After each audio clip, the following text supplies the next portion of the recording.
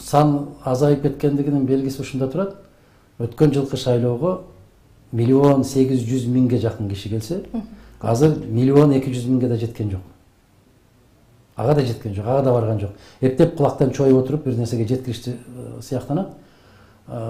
Бул чоң өзгөрүү. Демек, өткөндөгү бир жылдын ортосунда 1,5 миллиондон ашык калп келбей койду. Келбей коюу менен бийликке мына сага дегенди көрсөттүк деген ойлор бар. Бирок экинчи жагынан ошол кайдыгерликтен бийлик ар дайым пайдаланып кетет. Мен чыгып сүйлөгөндө айтып атпадымбы? Кайдыгер болбой жок дегенде барып бүтүн Кыргызстанга каршы добушуңду берип келчи садагам деп кайрылбадымбы? Мен айтсам өзүнө чакырып атат деп айтышы мүмкүн. Жок. Тек кимди шайласаң, кимди тандасаң өзүң танда, бирок кайдыгер болбочу айланайын. Себеп келечегиң сеники, өлкө сеники, эл, мамлекет сеники. Барчы, турчу, козголчу десең козголбой койду да. Бул коркунучтуу жагы. Эл канчалык кайдыгер болсо, бийлик ошончолук заалым болот, бийлик ошончолук арам болот, бийлик ошончолук элдин төбөсүнө минип, өзүнүн каалаганын жасап коет да. Бул 19-кылымдагы орус мыкты саясий ишмери, мамлекеттик ишмери. Өкмөт башчысы Петр Аркадьевич Столыпин деген болгон. Ошол киши айтып атат да,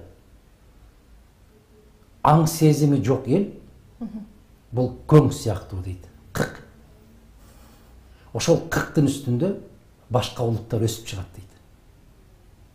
Эгер бизде улуттук аң сезимибиз, улуттук мындай бир дүйнө таанымыбыз, улуттук мен деген кандайдыр бир түшүнүк пайда болбосо, анда бул өлкө келечеги улуттук маселеде өтө кооптуу.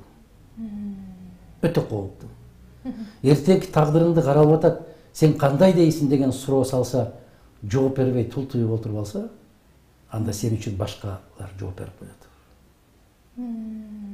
Көрдүңүзбү? Эгерде мен өзүмдүн сөзүм менен айтсам, дагы башкачараак угулушу мүмкүн эле, каттуураак тийиши. А бул Столыпиндин сөзү. Бизде кыргыздарда ошондой го, башка бирөөлөрдү айтсаң, ой, Азамат жакшы айткан экен. Туура айткан, дурус айткан экен.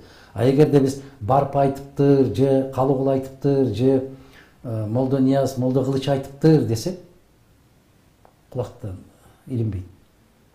Эгер Джордж, же Петр, же дагы бир башкалар айтыптыр десе, жакшы айткан экен дейт.